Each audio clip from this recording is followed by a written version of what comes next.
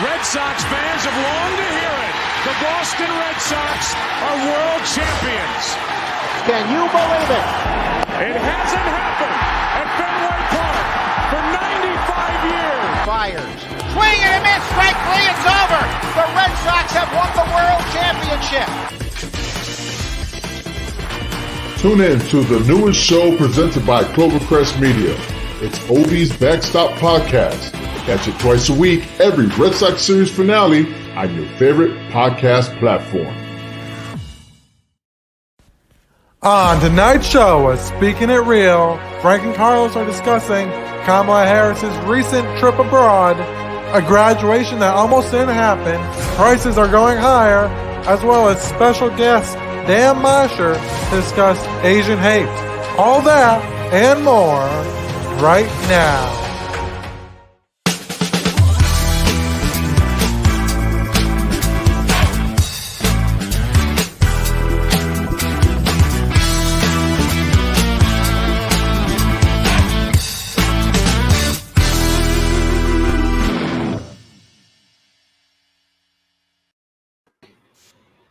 It's Friday. And check out where we are, man.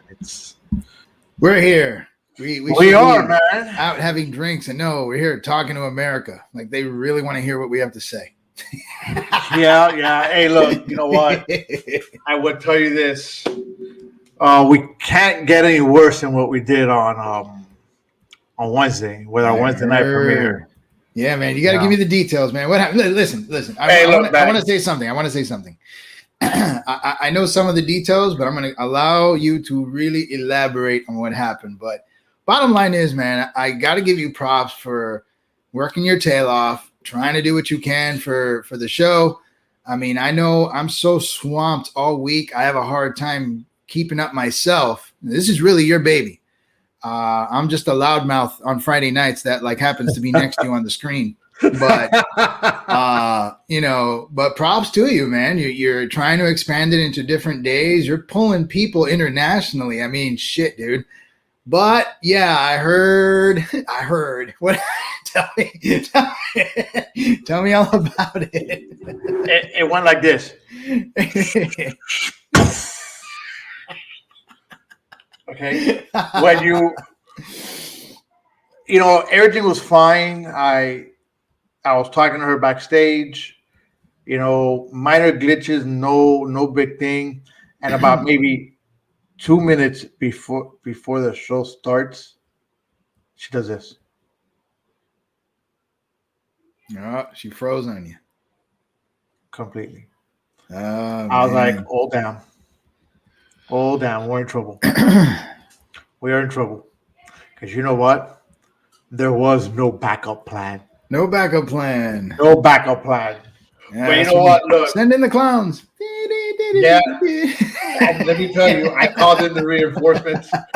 Zach got on. Hey, he's a soldier. All right. Ethan got on. Jacob got on. And we made the best of a messed up situation. But you know what? Look, sometimes what happens, man. Yeah. I'm hoping that today's show should go good. Should go a lot better. It should. So we, as our intro said, we're gonna have Dan Mosher. He's an old friend of mine. I've known him for several years. Really good guy. When we met, he's a soldier and a survivor like I am. All right. Yeah, you can say that. And he called me up a couple weeks ago, right, and was just ramping and raving, man. And I'm like, what the hell's going on? And I was like, Dan, you know what? We gotta get you on the show. We gotta get you here. We gotta get you going. And just talk, to what's going on. So you know what? We're gonna go ahead and just bring Dan right on. Dan, welcome to our show. Thanks for having me, guys.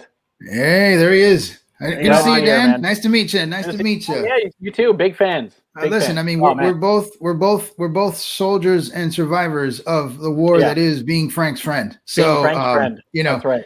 that carries a special weight. Like that's a title. Listen, man. The second that I met Frank, we hit it off, man. So I'm willing to take that grenade. I'm cool with that. That's great. I love it. Totally cool with it. Frank and I have been lobbing grenades in school, so it's always need to sweat. Right? Hey Dan, how about you give us a little bit about about yourself, your background, what you do? Who is Dan Mosher? Yeah, who is Dan Mosher?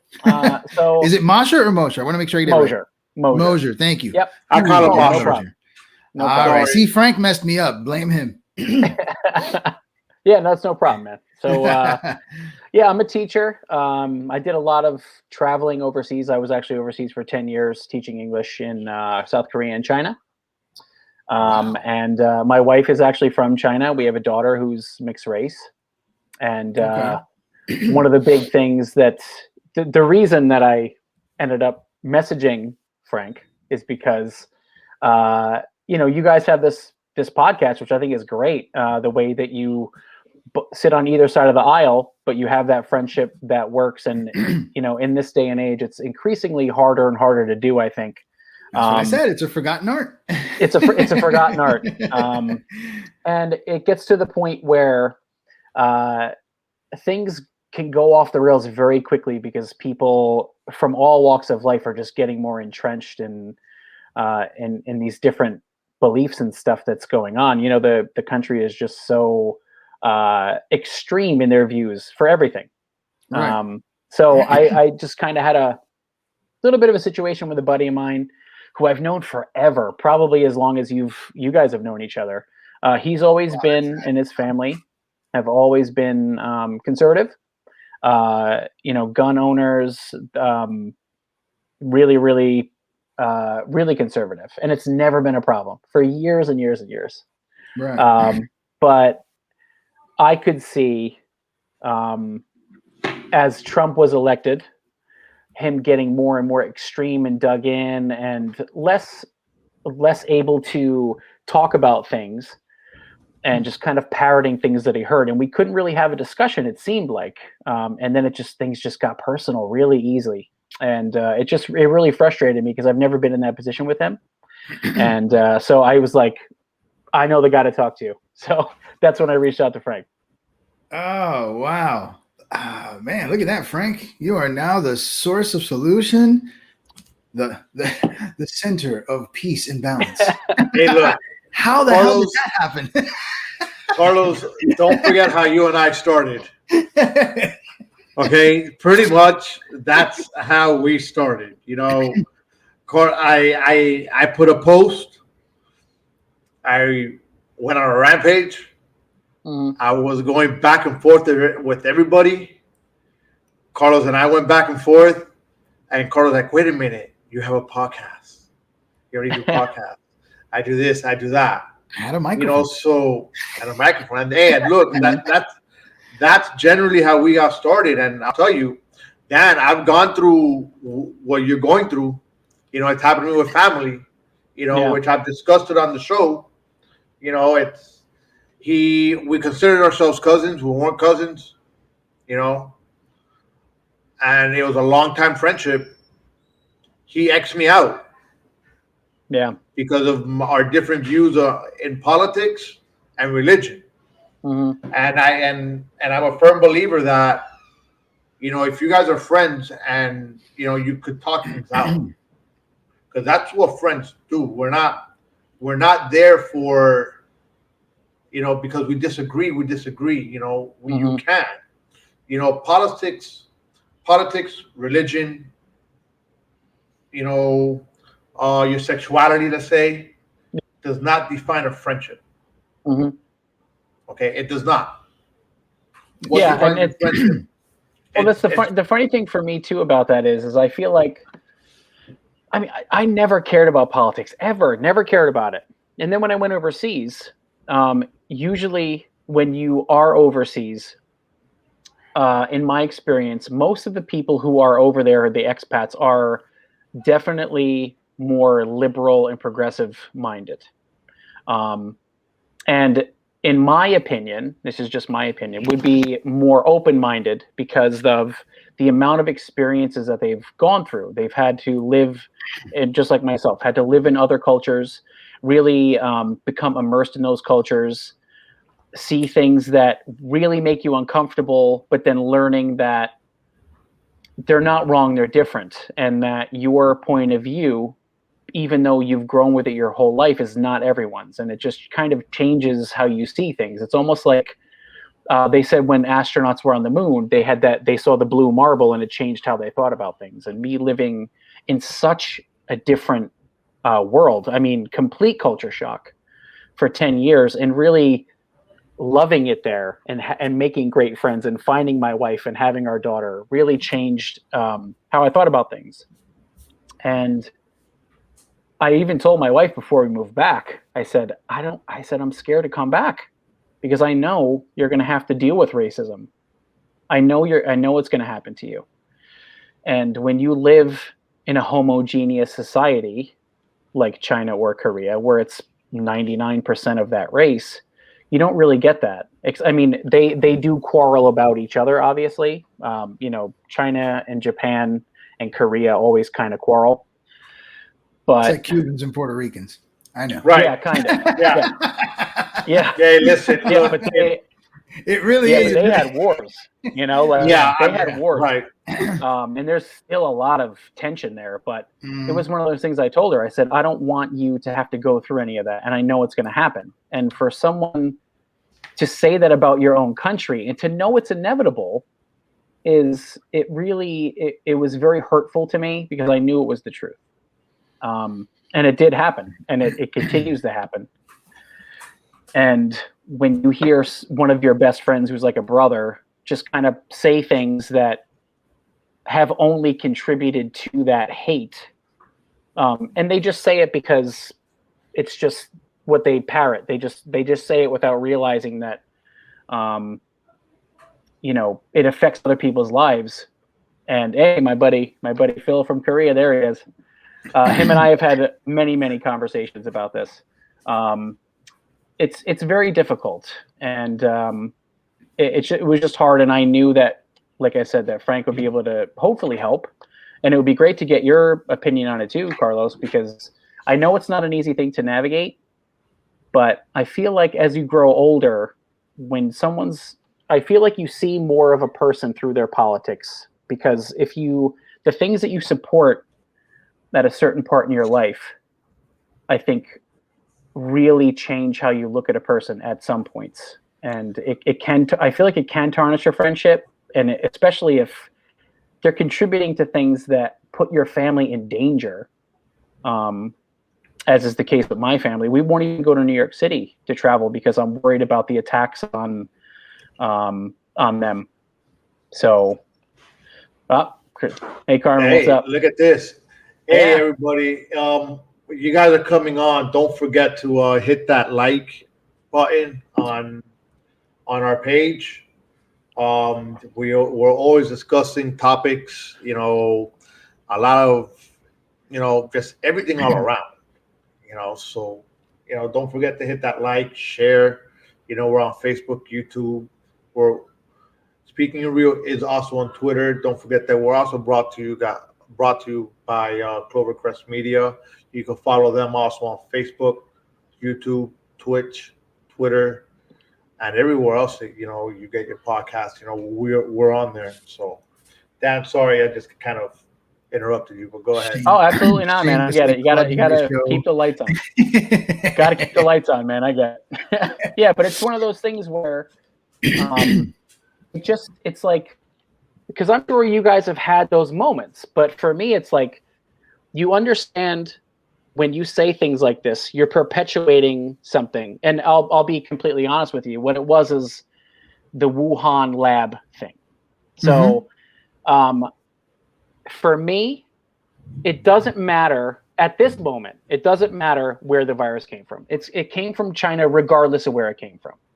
If it didn't come from a lab, which if it's found out to be true, there has to be some type of repercussion, some type of sanction, political, whatever. Absolutely.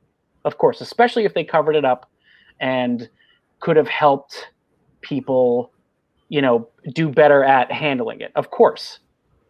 Right. But on the other end, if it's not substantiated and it just happened to be there because of, let's say, animal to human transfer from their strange eating habits, which I have seen, by the way, and maybe partaken in, I don't know. We'll keep that aside. Because I sure as heck didn't bring it back with me. I've been back for 4 years. I'm good. You know what? So, that's more honest than I had a friend. Yeah. No, dude. I have eaten some. Listen, when you go overseas, and you're the only white guy in the room, they're like, you know what, Dan? Eat this first, and then we'll tell you what it is. It's a lot of that. It's a ton of that. Amazing. And a lot of the times, it's really good. And you're like, wow, I didn't know I like chicken gizzards or, any of that stuff. I don't eat what I don't know. No, trust me, man. I don't care. No, it doesn't have to be McDonald's. Listen, I will starve, okay? I will starve. If I don't know what it is, I'm not eating it. Oh, you know what, though, man? I'm telling you, variety is the spice of life, and you only live once, right? When I got there, the first week, they're like, "Oh, hey, you want some dog soup?"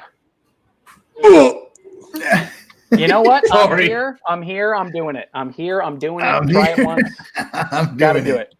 Gotta do it, man. So, yeah. All right. I guess there's a few things I want to tackle here.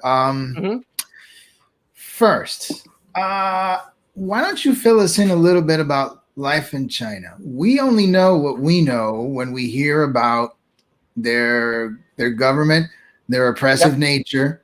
We even hear about the concentration camps.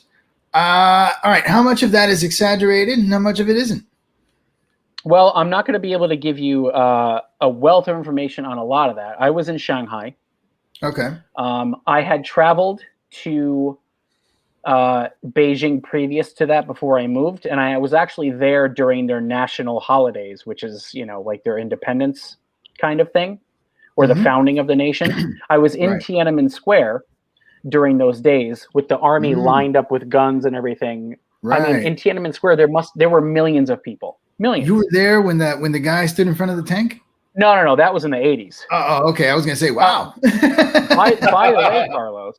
By the way, that photo that's so famous, my wife, who's from China, didn't know it existed until she left. I heard that I've heard, again, this is why I'm asking. No idea. I've heard they've suppressed that event. Yes. That is definitely one part. That's a huge part of the suppression. We had to get a VPN to be able to access the full internet, of course. Right. Other than that, in my experience, when I was there, I was never harassed. I never felt targeted. I never felt the accusation of racism or anything like that. The only time anything ever happened that was untoward in any way was my wife and I were taking a train back to her hometown to get married, because you have to be married in the place that you were born, I guess. And we were in the middle of, which is weird. Okay. So we had to travel 16 hours in a train. Wow. And I was the only white person on it. And I'm very big.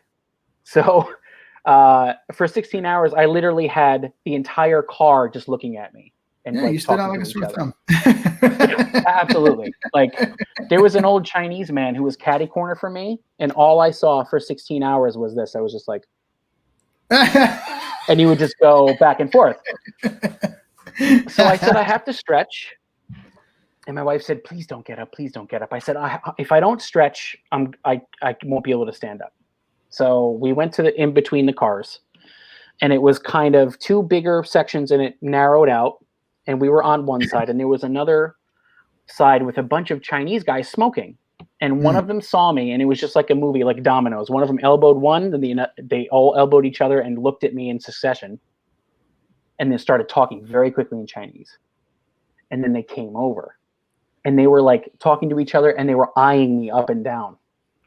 And one of them got right in my face. So I took my wife, and I put her behind me, and I took my glasses off. I said, What? What's the problem? Did you say it in English? Yeah. Yeah. Okay, I don't know. I mean, They know what. They know what. They know, like, okay. yeah. And in Chinese, Wei Shima is like what? What's the problem? Wei Shima. And he knew, he could tell. So, and then he just started like he was short, much shorter than me, but he was looking at me and he was kind of giving me the thing, and he kind of poked each other and took a big drag from his cigarette and kind of let it out, and then started laughing, and they all walked away. Now, how do you know? See, because I have heard, and again, I'm only going by things I've heard over the years versus your experience. But how do you know that a lot of those experiences in that train ride alone weren't racism against you?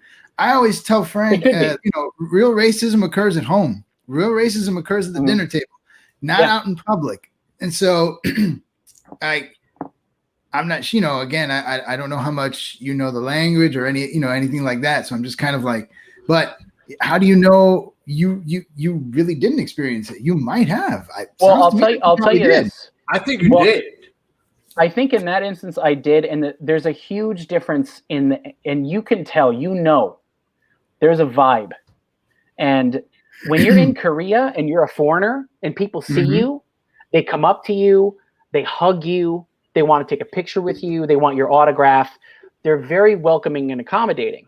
When you're in China, must go to South Korea. Listen, I'll tell you a secret, and I hope my wife isn't watching. If she didn't want to come back here, we would still be there somehow. Okay, so I hope she can't hear me live on this thing with her headphones on. But in China, they're very laissez-faire and blah about you. I've had people spit towards my shoes. Spit? Yeah.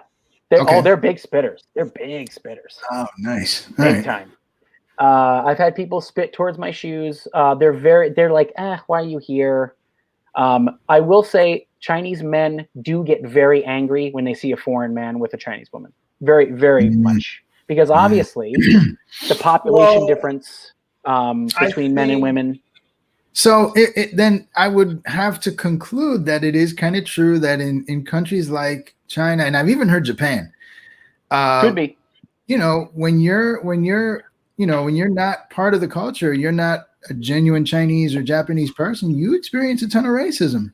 And so, I think once again, we tackle the notion that tribalism is real. It's just in much greater fashion in those nations because they're much more homogenous. Whereas here, it might seem like it's more rampant, but it's not. It's just that this nation is a natural melting pot. It's been one since the beginning. So you just have more tribes. I mean, I don't know if me personally, I don't know if I agree that it's more rampant there than here. I feel like, and this is this is just kind of my view on it.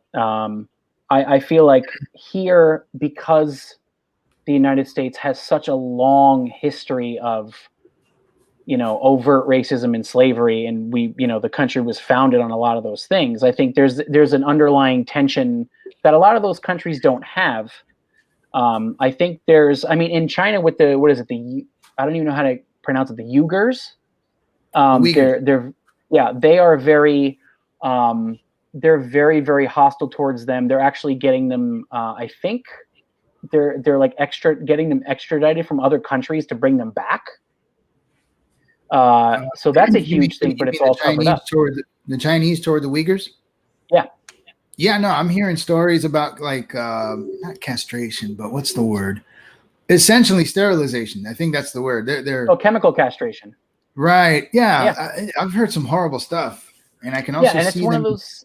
It's terrible. It's terrible, and it's one of those things that because we were in Shanghai. Shanghai is such. I mean, if you ever get a chance to go somewhere, Shanghai is this amazing, beautiful, sprawling, architectural wonderland. It's like living in Blade Runner, the movie. Like you're just there, and these amazing, sprawling, futuristic buildings are there, and you have people in there. Yeah. It's like to get on the subway train, you have to be pushed into the train because there's so many, and the doors have to close. I've experienced that in New York. I can't imagine. Yes. And like I said, imagine you being a head taller than most people and white.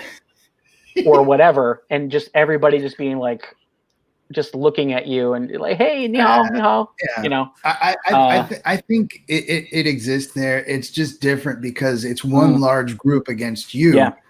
versus here where there's just more tendency for fractioning, and because there's so many groups. So all right. I'm glad you clarified some of that. I mean, it's good to hear from someone who's been there, rather than just hear information from the news all the time. Mm-hmm. So now we get into, I guess, your conflict, your issue. What was your friend saying? If you want to delve into that, like what exactly? I think it's, to be honest, Carlos and Frank, it's like, it's built up for a long time because it's just been this whole thing of like going ever since Trump was elected, he's become more very staunchly more to the right than I remember him. Okay. He's a very smart man, very smart. And we could debate anything for hours, and and I enjoy doing that. But it seems like in the context of that political arena, it becomes more of he parrots things and very quickly goes for kind of a passive aggressive type of insult, and then if that doesn't really work or I push back, it becomes more personal. So it was just one of those things where it's never happened between us before, and I felt so uncomfortable about it. And I've talked to other friends about it, and I don't even, it's a time now where I don't even want to speak to him because he's, in my opinion, I don't think, like I said, the Wuhan lab theory, at this moment, it's a theory. And I do not ever speculate in conspiracy theories or wanton speculation. I just don't do it because until I'm a man of science, I teach science at my middle school. And for me, I have to see the facts. And the only thing that the Wuhan lab theory in the beginning caused under our last president was a large influx of Asian hate, because people didn't, unfortunately for us, this country, I think, has a huge lack of critical thinking skills. I mean, people were throwing out Corona beers because of the coronavirus. If that doesn't tell you, that's a problem. You cannot throw out Corona beers. Let me play devil's advocate for you. Yeah. So now that the Wuhan lab theory is credible, so it's more credible, yes. Right. So why? I guess my question is, and I don't understand, why wasn't that something that could be questioned back in the beginning? See, my thing is, I think, and again, it's just a matter of perspective, different perspective. I think because the idea was so dismissed at first, it allowed for what you described. Instead of somebody or the media or anybody taking that idea as something that should at least be looked at. And then if it's quashed, okay, it's quashed. But it was never, sorry, I just saw Frank's. It was never even like tried. It was immediately dismissed. And so then it started getting associated with all sorts of negativity, which is kind of where you're coming from. Yeah. And now here we are a year and a half later, and all of a sudden it's like, well, maybe. This maybe should have occurred last year. But I think the way it was. No, I think, and this is the thing is, I agree with, I think I agree with some of that. I would say from my perspective, as someone who is not right wing and someone who leans left, although I will preface that by saying that the uber left are just as annoying to me. Thank God. Yes, because I mean, you can't. It's just there's just some things you have to just kind of you got to be a human at some points. Yeah. But I think say the that all thing the of it time. was, yeah. I think the problem is because a lot of the stuff that happened before that, with Trump especially, there was a lot of things that seemed like dismissive and racist and aggressive towards and xenophobic towards people of color and other cultures. And people who had those feelings felt like they were very emboldened by him. I think when it came out that it could be a lab leak, I think the way that it came out, people thought automatically that maybe it was just another part of this wave of xenophobic racism that they had kind of seen tinges of for a long time. And I agree that it should be, of course it should be investigated. And if it came from a lab, we obviously don't want that to happen again. And we have the same things going on in labs here, and we should learn from that. And because I don't ever want this to happen again to anybody. Right. And it's one of those things where you're right. And maybe the left-wing part of it did quash it down a bit too much because they thought, oh, this is just an overt attack on Asian people and blah, blah, blah, blah, blah.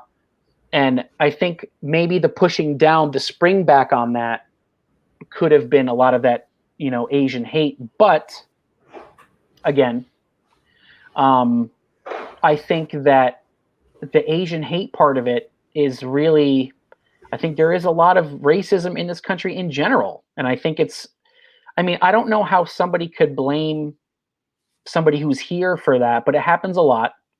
It still happens. I mean, my wife dealt with it. She works with somebody who constantly would say to her, oh, well, the China virus is here because of you guys. Oh, it's the China virus. And I'm sorry, but when you have the president of our country calling it the Kung flu and calling it the China virus, what it does is it creates this negative stereotype towards a country of people who have nothing to do with it. And it does perpetuate this us against them narrative in a passive way, because it's like, well, it's from China, so it's their fault. I mean, my wife's parents, my wife was sick over what would happen to her parents. Absolutely sick over it. I mean, they literally came to their road. They live in kind of a farm area. They dumped mounds and mounds of dirt over the road so they could not leave. So they had to find ways to make do because they were so worried about the spread. And I think there's a lot of credence, I think, to the government of China knowing more than they told us, did less than they should have. I think that's totally credible. But I'm so again, like that kind of goes to what I'm saying. If we're dealing with someone like China, yes, who's known for not being open when they claim they are, and all sorts of stuff, then a theory like that should have been, we or our government or our media, point the finger where you want, should have been more open to that kind of idea instead of just quashing it because so and so said so. But I agree to that. But I think, again, when you have the leader of the country taking this very xenophobic stance out in the open, it skews it in a way that the people on the other side of the aisle see it as an attack. You know what I mean? And it's like, if it should have been more of an open, like if Trump had come out and said, you know what, we think we have some credible evidence that maybe it started in a Chinese lab, and I feel like for the betterment of everyone, and so this doesn't happen again, we really need to look into it. I think I would have been totally fine with that. I mean, I didn't like Trump at all, but I just want what's best for us. Like if there's a Republican candidate that I really, I'm going to vote in them. I'm going to vote for them for sure. And it's one of those things where when I saw that stuff happening, I knew what was going to happen to my wife. And that person who was nagging her and calling it the Chinese virus and it was her fault, her coworkers, who were all white, brought her into a room and said, this is not right. You can't deal with this. And my wife she speaks English as a second language, with again, a lot of people in this country take as a bad thing. They're like, you need to speak English. Well, half the people in this country, I feel like, can't speak English correctly. Well, let me tell you this. Kudos to her for speaking English. Mm-hmm. Because I could tell you, and Carlos could also tell you, because he's lived in Miami. You have, well, we got Cubans, Colombians, Mexicans, and I don't even know what else we have out here. The U.S. We have West Palm Beach, pretty much. Okay, yeah. Well, you see, I used to work at the airport, and a lot of people that work at the airport were predominantly Hispanic. Mm. We had a security guard, and it was this Mexican lady, and all she spoke was Spanish. And I just told her once, I said, hey, look, I think you need to learn to speak English. Mm. You know, because not everybody that comes here speaks Spanish. Mm. So you need to learn to speak English. And her comment to me was, why? And I just looked at her. I'm like, okay. Frank, I'll tell you, and this is kind of another thing that I might agree with people on the right with, I had to go overseas as a legal immigrant. Okay? So I had to pass all kinds of checks, background checks. I had to have my passport in order. I had to go there as a legal immigrant. So I understand why people in this country would want people to enter legally. When I went to those, and when I went to those countries, especially Korea, I tried to learn as much of the language as possible. I mean, for me, to be able to function on my own. Well, and it was just so I could get around. But that's what happens when, you know, you went to another country, Mm-hmm. you know, you're there legally, one or the other, you know, you made it a point to go ahead and learn the language. Yeah. So you can communicate with people. Yeah. To a You point. see, the problem out here is that you have people that come in that don't feel like they have to learn the language because there's plenty of people here that speak Spanish. Like, you know what? I'll get by. Yeah. I see that as a bit of a problem. I mean, first thing, the United States doesn't technically have an official language. That's true. And so, but Okay, I think, but the world language is English. right? No, I get that, That's but I do think though there should be some uniformity on language. Problem is, you have too many sensitive people that when you go that route, you're automatically like, oh well, what about my culture and heritage? Like, slow down. No one's telling you to stop anything. Yeah. No one's telling. I agree. But common language is a common sense thing. I mean, Frank, if we're doing this show and you speak German, Dan is speaking Chinese, and I'm speaking English, guess what? None of us are having a show. We're all actually, no, we will have a show. You want to know why? You want to know why we'll have a show? Because I'm going to make sure we have captions in those three languages, so people will be able to understand and we can read. Like doing a show on Apple Translate. Like, before we go any further, all right, real quick, guys, please, if you're in the comment sections, you're watching our show, let's go ahead, let's share it, let's like it, all right, and just so we keep on building this, guys. I mean, you guys are the reason why we're on this show and why we do this. And speaking of which, look, I know tax season passed, you know, but if you didn't do your taxes, please do them. And don't post it in the comment section. Yeah, don't post it. So we got a good company here for you guys, Rocky Hill Accountants. Just go ahead and watch this commercial and we'll be right back. Rocky Hill Accountants offers a unique, low-pressure approach to professional and personal services, which is why they have an excellent client retention rate and are extremely proud of the high-quality services that their firm provides. The executive team at Rocky Hill Accountants has over 35 years of combined experience in income tax preparation, bookkeeping, accounting, and IT crypto tax. They specialize in individual income tax preparation, as well as trusts, estates, and gift tax returns, The tax deadline for individuals is May 17th. If you're one of the 50 million Americans who still hasn't filed, visit RockyHillAccountants.com.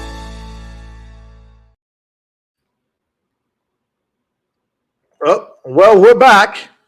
I'm supposed we should be receiving checks from these advertisements. Isn't that how it works? We're trying. Do I get some of that now that I'm on, or what? we got to work that out, Dan. We gotta work that out, man. We gotta work that out. So now, so Dan, let me ask a question, I guess, because Sure. I'm hearing you associate a lot of your experience with your friend with politics and Trump. So I don't know how your circle of friends, but how many are you friends with other conservatives? Yeah. Okay. Yeah. And you have not had this issue with them? No, my one buddy was in the military for a long time, and he's right leaning, but not as I don't want to say extreme, but I feel that's the only word. It's just very very isolated, extreme type of thing. Right. Yeah, I mean, one of my best friends from England is very conservative, and him and I, never have a problem. Sometimes we'll argue a little bit, but it never becomes. He never takes shots at me. Yeah, right. and it's just so that's what worries me, and I don't want to go through life, because I have different priorities now. Right. And the thing that I have spoken to, I don't know if I spoke with Frank about this or not, and he can correct me if I'm wrong, but if he remembers, too many spicy drinks, right? I have a family. I'm married and have a daughter. Right. And my friend is single and doesn't have a family. And I feel like there are times where his responsibility only to himself kind of clouds the things that he will say and do. And I think it's like, well, I have to protect my wife and my daughter, and it's like, I can't just sit by and let you say things like that. It's just too much. Well, the problem is this, okay? When you're married and you have a family, it's not just you. When you're single, guess what? It's only you. Yeah, exactly. So that could influence things. I understand. You can be an island unto yourself, and it's an echo chamber almost. Right. Yeah. So you don't have to sit there and defend anything. So that's what happens in that aspect. Now, has she been experiencing hate from other people, or is it just this issue with your friend? Well, my friend hasn't said anything directly to her, obviously, but there's been a lot of comments that have kind of built up and made me feel very uncomfortable. And it just he made a personal attack at me during one chat recently, a couple weeks ago, and it just was like, I'm done talking to you. Like I'm asking. I think I posted the question in the group. Anyone's thoughts on why they won't have a January 6th committee? And it became this very very barbed attacks right off the bat. Like, I just wanted to have a discussion because I genuinely, as a citizen of the United States, wanted there to be an investigation. I mean, there's investigations about everything under the sun. True. And we had people storm the Capitol and defecate in the chambers of our free election process. And nothing was, the committee was not established. So I was just genuinely curious about their opinion. And it was very right away, like, you're biased. This is ridiculous. It has nothing to do with it. And it was just like, there was no room for discussion because the wall was up already. And I just felt very off put. And then he made some comments that were not great. It's unfortunate. I mean, society has, for the large part, devolved into that. That's kind of why, why we do the show. Yeah. I mean, I'm pretty dug in on certain things, but like, you can't let it get to that personal level where you're just impossible to deal with. Yeah. I don't mind frustrating you, and I'll argue with you till our noses bleed, but After at the end of the day, that's the thing. I'll share a drink with you and be like, whatever. There you go. But the thing is, it's that. I mean, when it gets personal, okay, that's where the problem lies. Yeah. I mean, yeah, and because again, yeah, I could discuss. I mean, Carlos and I do it all the time. Mm-hmm. Okay, and even off the show, okay, because I'm a firm, and maybe some people think this way, okay, but who Carlos and I are on the show is who we are off the show. Yeah. Okay, I might be a little bit more reserved on the show, but not too much. I mean, I'm when we're off the show, you'll see. I'll drop more F-bombs or one or the other. On the show, I don't. I might drop one here and there, but still genuinely, Carlos and I discuss things. We talk about it, even if we get heated on it. That's it. It's the end of the discussion. There is no personal attacks. You know what? Hey, he wants to stick with his Republican ways and thoughts and whatnot. Hey, go for it. I'm going to stick with my ways. So, and at the end of the day, when the fucking bomb explodes, okay, whether it's on the right or whether it's on the left, yeah, okay, one or the other, they'll say, "You see, I told you so," and the other ones are going to say, "You know what? You're right," but because that's going to happen regardless. It's always a but. Always. So my advice to you in your situation, if this guy's getting so personal, bro, get the scissors. I mean, yeah, it's a shame. It's a shame. I think I heard you say he was a longtime friend, right? Oh man, since we were kids, like middle school. That's hard. That's hard. It is hard. One thing I've learned about friendships is like once you have a family, you want to keep them, but if you gotta cut them, you gotta cut them. I mean, because I'm definitely it's all secondary after that. Yeah, because I can understand what you're saying. Like, I'm definitely taking a break from speaking to him directly. We still have a chat that we talk in. All right. I haven't really talked to him directly in that, and we're doing this thing where my friends are coming up in August to kind of hang out, all four of us, to try to get our childhood back. And I got to be honest, I'm a little apprehensive about him coming because I feel like I'm kind of damned if I do and damned if I don't. Like if I see him, I'm like, hey man, I'm so glad to have you here. We can't discuss politics at all. That's exactly what I was going to suggest you do. Yeah, that's exactly. But that's the thing.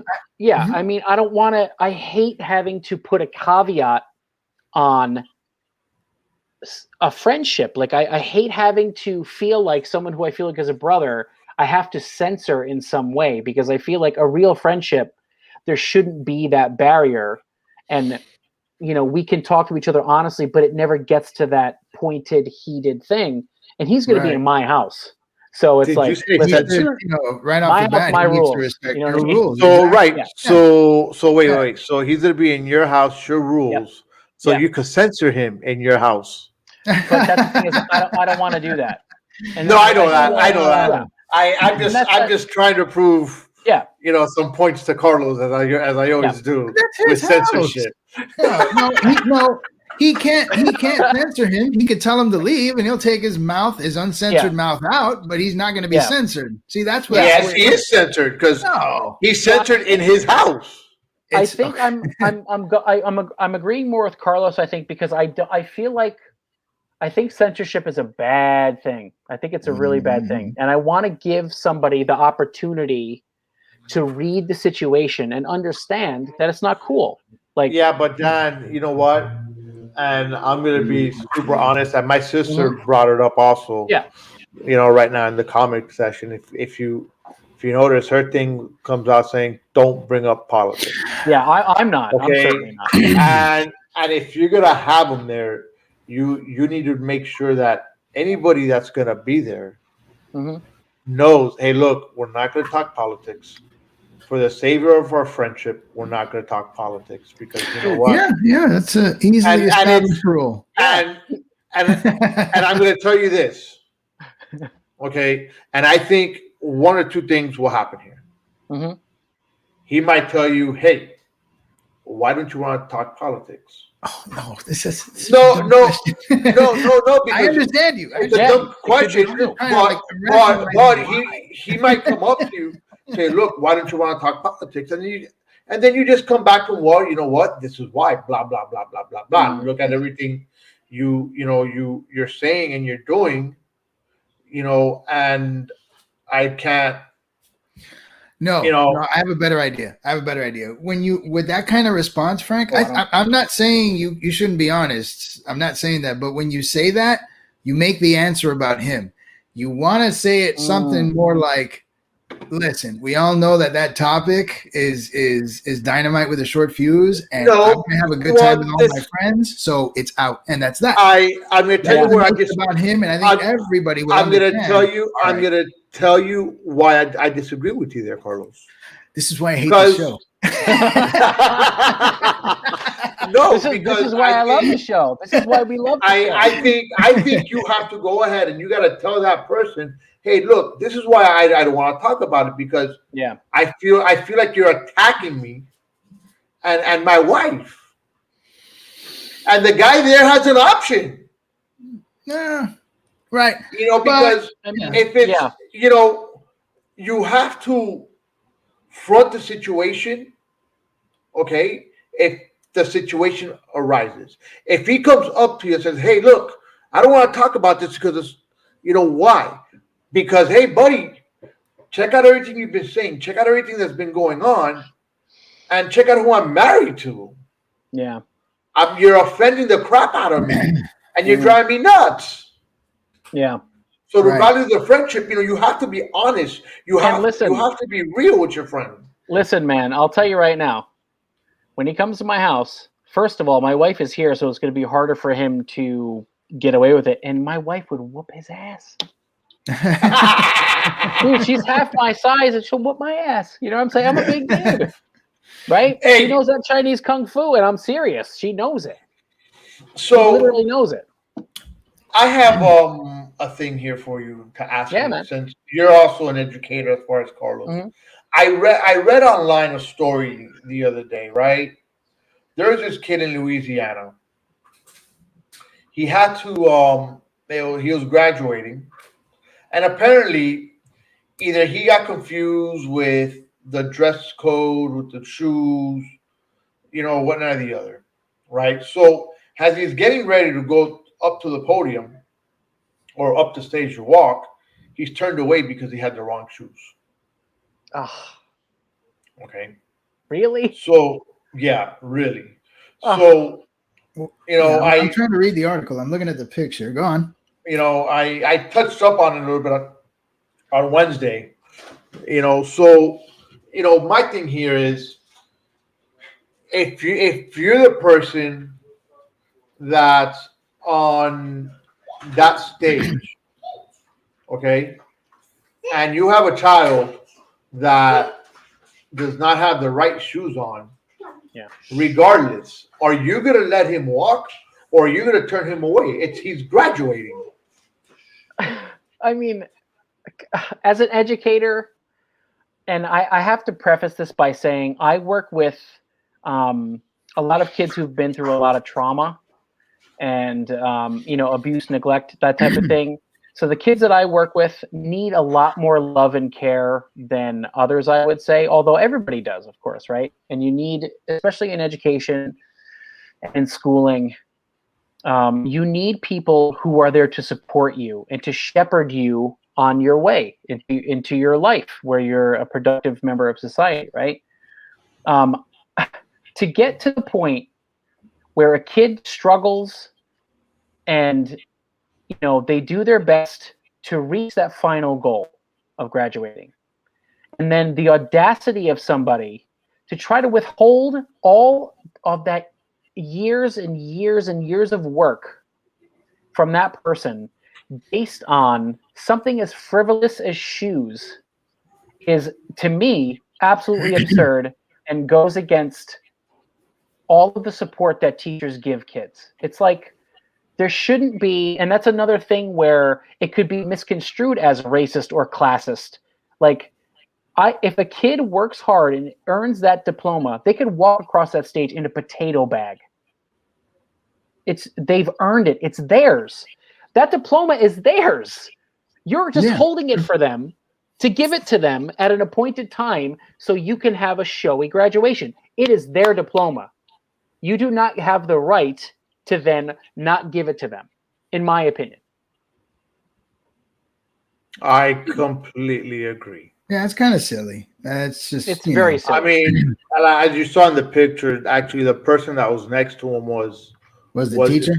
A teacher that was great teacher, which was a mentor of his that gave him his shoes. He goes, you know what? All right, because the kid came and he found him. And he's like, hey, they're not letting me walk because of the shoes. He goes, and the guy, instead of going up to the person and even just trying to talk to him, he said, no, you know what? Just take my shoes.